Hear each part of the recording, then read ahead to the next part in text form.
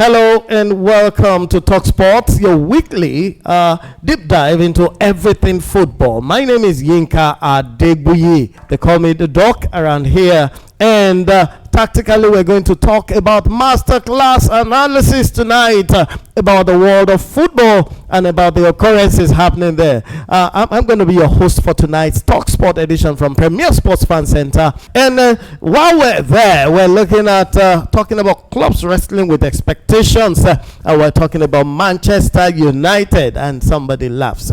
Manchester United name always pops up here. And under United here, we have Joshua Zirkzee SAGA.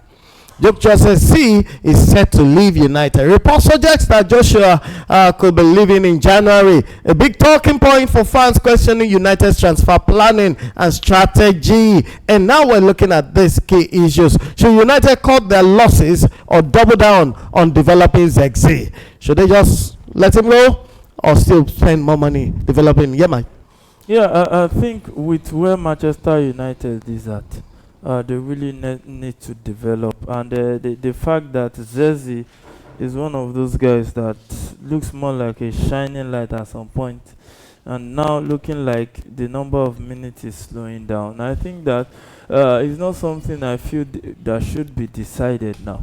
I think over time. It's still a long season. So you think they should develop him? They shouldn't allow him to go yet? As far as I'm concerned, this discussion is too early. It's too early in the season to have this discussion. Right. So what does it say about the long-term project on that current management?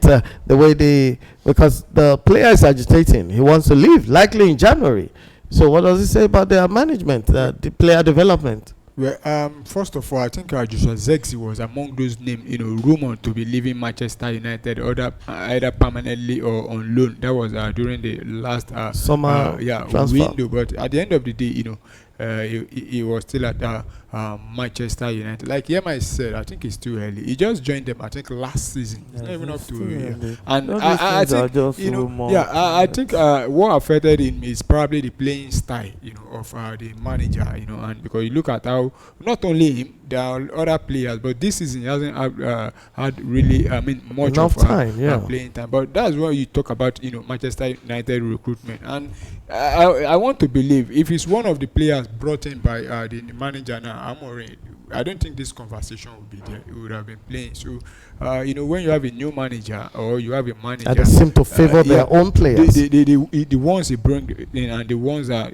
so that's just the issue. But I think Manchester United recruitment at the moment, to be honest, I'm not really, convinced about their recruitment at the moment. Right. So we're not convinced. Paulo is not convinced about the recruitment happening at Man United. I think one of the major challenges they've had is the changing coaches too frequently. As the coaches change, the players get favored less here and there. So Yama, do you think they should focus more on signing marquee players, or they should develop the ones they have? I don't think Man U's problem is about signing. I think they need to go to the foundation and set a proper structure. And when you want to rebuild a structure, you have to demolish the ones you have and start from the scratch. I think they need to go back to the roots and set a proper way they want to play. When Liverpool embarked on this journey, it started with Jurgen Klopp. First 2 seasons, they were not really the best until they started building. They now have a proper way of playing where Arne Slot has now taken them to another level. If you look at Man City, Roberto Mancini started with this free-flowing football up front. Pellegrini came, then Guardiola took it to the next level. So I think what Man U need is to demolish whatever it is they have, and I think they have the right manager to do that. I think they need to support him, because a lot of Man U players, they are not really used to this new invention in football, whereby play from the back, not really comfortable with it. Right. And so I think that the structure is really the issue, not about changing managers.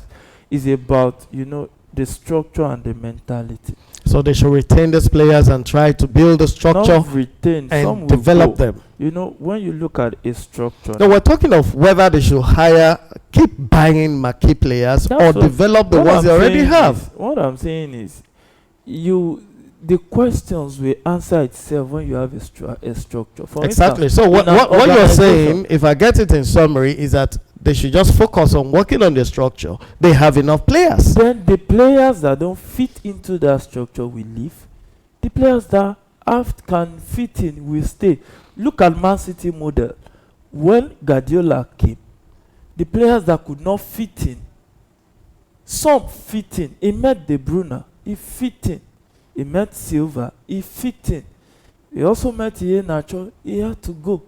He met some other guys that had to go. So it is the structure that will give birth to the players that will stay or that will go. But if you don't have proper structure, you will just be chasing clout, buying available players and not really what they need. All right, so thank you, Yema. So we're saying to you, United, you don't need to get more marquee players. We're saying put your house in order, and then the fans can be happy as your players adapt.